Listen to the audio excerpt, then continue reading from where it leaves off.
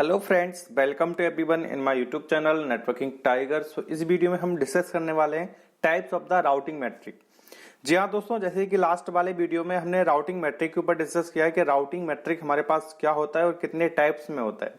तो इस वीडियो में हमें डिटेल में डिस्कस करना है कि जो हमारे पास राउटिंग मैट्रिक के टाइप्स हैं like next hop, bandwidth, delay, path cost, तो ये सारी चीजें क्या होती हैं और किस चीज को डिनोट करती हैं, किस चीज को डिफाइन करती हैं ये, ठीक है। तो हम इस वीडियो में next hop, bandwidth, delay and path cost के ऊपर डिस्कस करेंगे, डिटेल में डिस्कस करेंगे कि नेक्स्ट होप क्या होता है, बैंडविड्थ क्या होता है, डिले क्या होता है, पाथ कॉस्ट क्या होता है। ओके, और भी हमारे पास है जैसे एमटीयू है, रिलायबिलिटी है, कम्युनिकेशन कॉस्ट है, तो उनको हम देखेंगे पार्ट नंबर 2 में।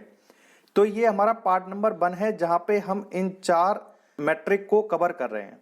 ओके, तो नेक्स्ट होप आईपी एड्रेस है, जो बैंडविड्थ है हमारे पास, डिले है, पाथ कॉस्ट है। सो इनके ऊपर हम डिटेल से डिस्कस करेंगे इस वीडियो में। सो आपको ये वीडियो एंड तक देखना है एंड आपसे रिक्वेस्ट है कि अगर आप नए इस चैनल पे तो चैनल को सब्सक्राइब करें, बेल आइकन को जरूर प्रेस करें जिससे कि आपको लेटेस्ट वीडियो के नोटिफिकेशन मिलते रहें।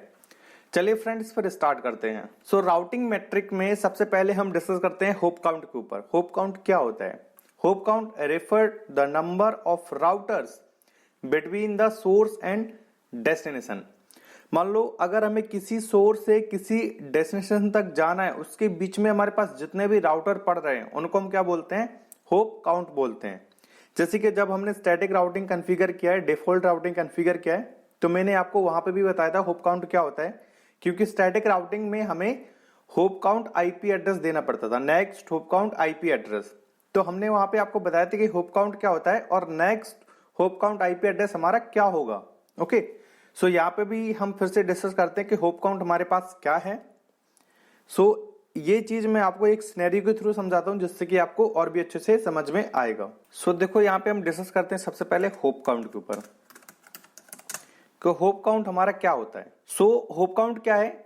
हमारे पास जब हम किसी सोर्स लेके डेस्टिनेशन तक किसी भी डेटा को सेंड करते हैं तो उनके बीच में जो राउटर पड़ते हैं उनको हम क्या बोलते हैं? होप काउंट बोलते हैं। जैसे कि यहां पे एक ये राउटर है, ओके,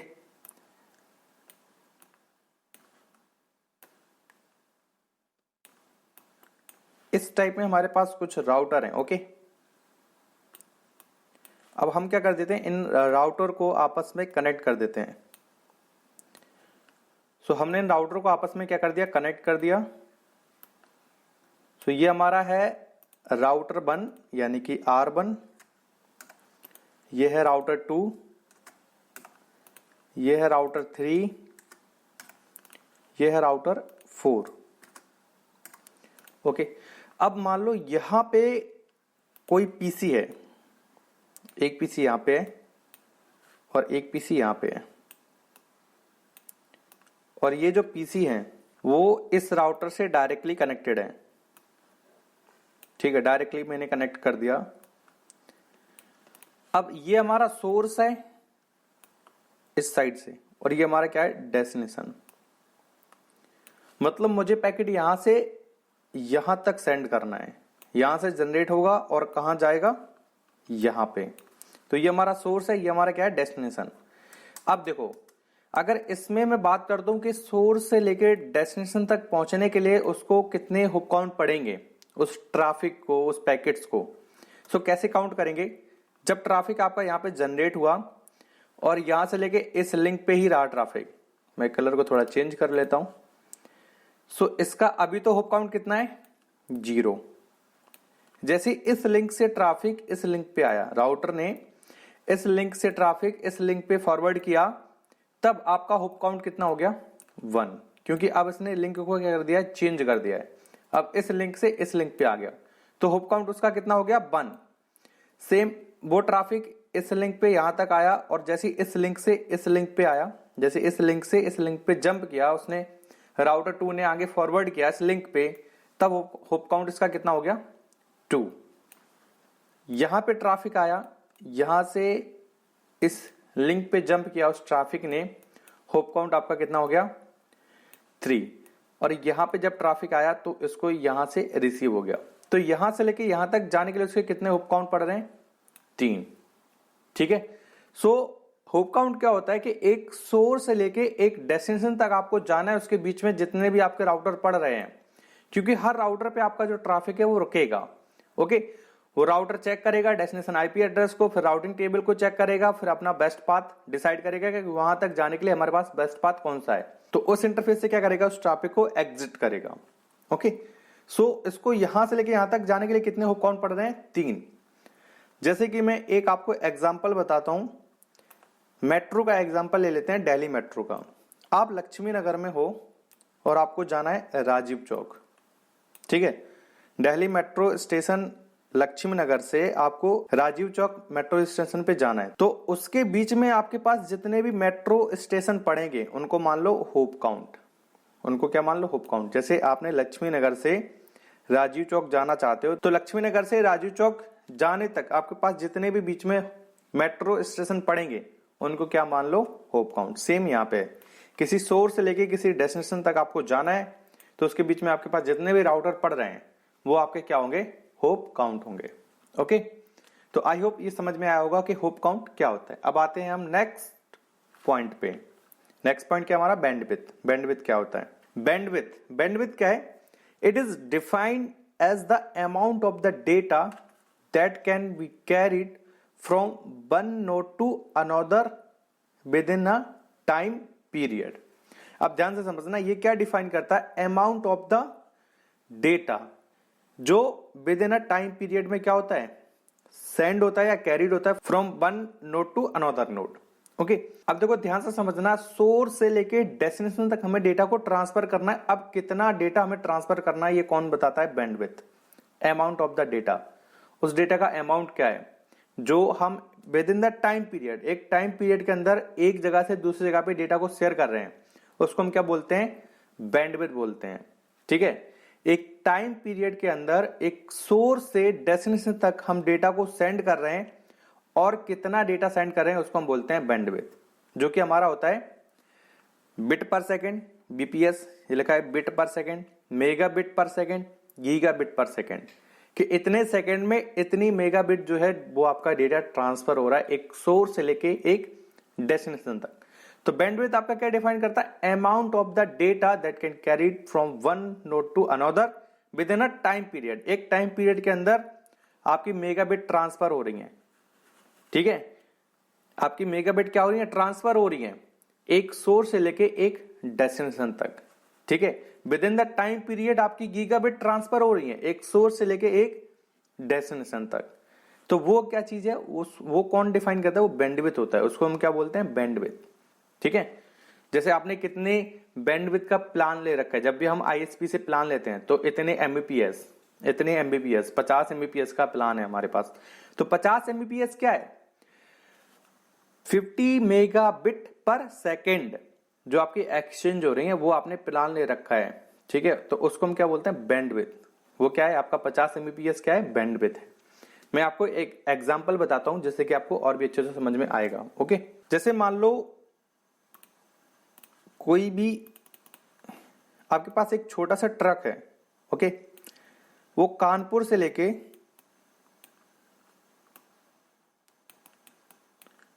कानपुर से दिल्ली जाना है उस ट्रक को। ठीक है, कानपुर से कहां पे जाना है, दिल्ली जाना है। अब वो जो ट्रक है उसको जाना है एक दिन के अंदर, कानपुर से दिल्ली कहां पहुंचना है, मतलब 12 घंटे ले लो, 12 घंटे में उसे कानपुर से दिल्ली तक पहुंचना है। तो वो जो ट्रक है वो अभी ले जा रहा है सिर्फ 2 बॉक्स, वो 2 बॉक्स को ले जा सकता है बस एक टाइम पे। अब हमने क्या किया, एक बड़ा सा ट्रक लिया जिसमें हमारे पास जा सकते हैं 6 बॉक्स। ठीक है, कितने जा सकते हैं, 6 बॉक्स। और वो ट्रक भी आपका एक टाइम पीरियड में, मतलब 12 घंटे में ही दिल्ली पहुंचेगा। तो ये जो 2 बॉक्स और ये 6 बॉक्स का जो ट्रांसमिशन हो रहा है एक सोर्स से लेके एक डेस्टिनेशन तक डेटा को ले जाया जा रहा है, इसे हम बोलेंगे bandwidth within the time period. Okay, so ये हमारे पास क्या है, ये बैंडविड्थ है। अब वो नेटवर्किंग के लाइन में आपके पास एमबीपीएस में आता है, केबीपीएस में आता है, गीगाबिट में आता है। ठीक है, तो बैंडविड्थ क्या होता है, अमाउंट ऑफ द डेटा जो आपका एक with in the time period क्या होता है, सेंड होता है एक सोर्स से लेके एक डेस्टिनेशन तक। ओके, उसको हम क्या बोलते हैं, बैंडविड्थ बोलते हैं। तो अब नेक्स्ट पॉइंट पे आते हैं। नेक्स्ट पॉइंट हमारा क्या है, डिले। डिले क्या होता है? Delay is defined as the length of the time the bits of the data travel between source and destination node. Normally it is measured in second. Delay क्या होता है, जैसे मान लो एक सोर्स से लेके एक डेस्टिनेशन तक जो हमने डेटा सेंड किया है, उसके बीच में जो हमारे पास टाइम लगा है, मतलब एक सोर्स से लेके एक डेस्टिनेशन तक डेटा को पहुंचने में जो टाइम लगा है, उस टाइम को हम बोलते हैं डिले। उस टाइम को हम क्या बोलते हैं, delay. Delay is defined as the length of the time the bits of the data travels between source and destination nodes.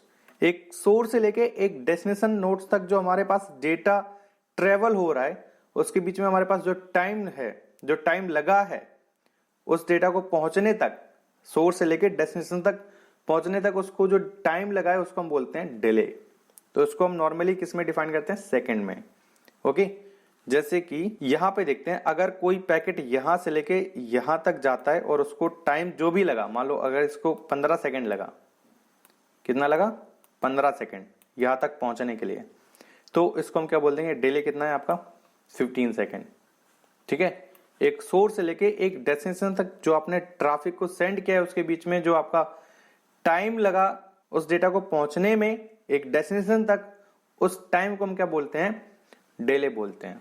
अब जैसे आप गेट 8 की तैयारी कर रहे हो, आपको गेट का एग्जाम निकालना है, ठीक है, तो उसके लिए फिर आपको डिले को और डिटेल्स में समझना होता है, जिसमें आपके पास 4 टाइप के डिले होते हैं। एक होता है ट्रांसमिशन डिले, एक होता है प्रोपगेशन डिले, एक होता है क्यूइंग डिले, एक होता है प्रोसेसिंग डिले। ठीक है, लेकिन सीसीएनए के अकॉर्डिंग हमें इन सब चीजों को इतना डिटेल में नहीं देखना है, बस हमें यह समझना है कि डिले क्या होता है। ठीक है, जिसमें हमें पता होना चाहिए कि डिले हमारे पास क्या होता है। अगर कोई पूछता है कि नेटवर्क में डिले क्या होता है, तो वो हमें पता होना चाहिए। एक सोर्स से लेके एक डेस्टिनेशन तक जो हम ट्रैफिक को सेंड कर रहे हैं, उसके बीच में जो हमें टाइम लग रहा है, उस ट्रैफिक को एक सोर्स से लेके डेस्टिनेशन तक पहुंचने में जो टाइम लग रहा है, उस टाइम को हम बोलते हैं डिले। ओके, बाकी आपसे टाइप्स नहीं पूछे जाएंगे सीसीएनए लेवल पे। बाकी अगर आप गेट 8 में आते हो तो उसमें तो इसके न्यूमेरिकल भी आते हैं, तो हमें न्यूमेरिकल भी सॉल्व करने होते हैं। खैर, हमें इतना डिटेल में नहीं देखना है। तो डिले आपको समझ में आ चुका होगा कि डिले क्या होता है। बहुत ही सिंपल लैंग्वेज में हमने आपको बताया कि डिले क्या है। ओके, अब बात करते हैं पाथ कॉस्ट पे कि पाथ कॉस्ट क्या होता है। Path cost is determined based on the bandwidth of the link. ये देखो, पाथ कॉस्ट एक वैल्यू टाइप में मान लो जो बैंडविड्थ पे डिफाइन करता है, जो लिंक की बैंडविड्थ होगा। जैसे आपके पास 10 Mbps है तो उसका जो कॉस्ट है वो 100 है। ठीक है, आपके पास 100 Mbps है तो उसका जो कॉस्ट है 10 है। तो ये जो पाथ कॉस्ट होता है वो एक वैल्यू डिफाइन करता है, जिसके अकॉर्डिंग जैसे कोई प्रोटोकॉल है वो बेस्ट पाथ का सिलेक्शन करता है। जैसे OSPF है ना, OSPF क्या करता है, जिस लिंक से उसको सबसे कम कॉस्ट पड़ेगी उस लिंक को क्या मानेगा, बेस्ट मानेगा। तो वो कैसे डिसाइड करता है, उसके पाथ कॉस्ट से। तो पाथ कॉस्ट क्या है, एक वैल्यू है जो बैंडविड्थ पे डिफाइन करती है, लिंक के बैंडविड्थ पे कि लिंक की बैंडविड्थ क्या है, और वो फिक्स होता है कि इतनी बैंडविड्थ की ये कॉस्ट है, इतनी बैंडविड्थ की ये कॉस्ट है। ओके, तो पाथ कॉस्ट क्या है, एक वैल्यू है जिसकी हेल्प से, जैसे कि एसटीपी प्रोटोकॉल है, वो भी अपना रूट पोर्ट का इलेक्शन करता है। हमने आपको बताया कि एसटीपी कैसे काम करता है, मैंने वीडियो बनाया है, अगर आपको नहीं पता तो आप उस वीडियो को देख सकते हो। तो वहां पे भी मैंने बताया कि वो कॉस्ट के अकॉर्डिंग अपना रूट पोर्ट बनाता है, किस पोर्ट को हमें रूट पोर्ट बनाना है, वो कैसे बनाता है, अपनी कॉस्ट के ऊपर। जिस लिंक से उसको सबसे कम कॉस्ट पड़ेगी रूट ब्रिज तक पहुंचने के लिए, तो उस पोर्ट को वो क्या बनाएगा, रूट पोर्ट बनाएगा। ठीक है, ये हमने एसटीपी में आपको बताया है। तो जिसको अगर थोड़ा बहुत एसटीपी में नहीं पता है, ओएसपीएफ में नहीं पता है, तो वो ये सारी चीजें उसको समझ में नहीं आ रही होंगी। लेकिन आपको घबराना नहीं है, बट पाथ कॉस्ट ये मानो एक वैल्यू है जो कई सारी चीजें हैं, राउटिंग है या फिर एसटीपी है, जो यूज करते हैं बेस्ट पाथ को फाइंड करने के लिए। ठीक है, तो हर एक बैंडविड्थ का एक कॉस्ट क्या होता है, वो फिक्स होता है। ठीक है, जैसे 10 Mbps का ये कॉस्ट है, 100 Mbps का ये कॉस्ट है। तो पाथ कॉस्ट क्या है, path cost is a determined based on the bandwidth of the link. ये लिंक के बैंडविड्थ के ऊपर डिफाइन होता है कि इस लिंक का ये इतना कॉस्ट रहेगा। ओके, सो इस वीडियो में हमें इतना ही देखना था, hope count, bandwidth, delay and path cost के ऊपर। MTU reliability and communication cost हम देखेंगे नेक्स्ट वीडियो में, पार्ट नंबर 2 में। तो आई होप ये चारों चीजें आपको समझ में आई होंगी कि होप काउंट क्या होता है, बैंडविड्थ क्या होता है, डिले क्या होता है, पाथ कॉस्ट क्या होता है। अगर चारों में आपका कोई डाउट होता है तो आप मुझसे कमेंट बॉक्स में पूछ सकते हो, या मुझे इंस्टाग्राम फेसबुक पे फॉलो कर लो, आप मुझसे वहां पे भी डिस्कस कर सकते हो इन सब चीजों के बारे में। ओके, एंड अगर आपको ये वीडियो पसंद आया तो वीडियो को लाइक जरूर करें और जितना हो सके उतना शेयर करें। चलिए फ्रेंड्स, फिर मिलते हैं नेक्स्ट वीडियो में या राउटिंग मैट्रिक के नेक्स्ट पार्ट में। तब तक के लिए नमस्कार एंड बाय।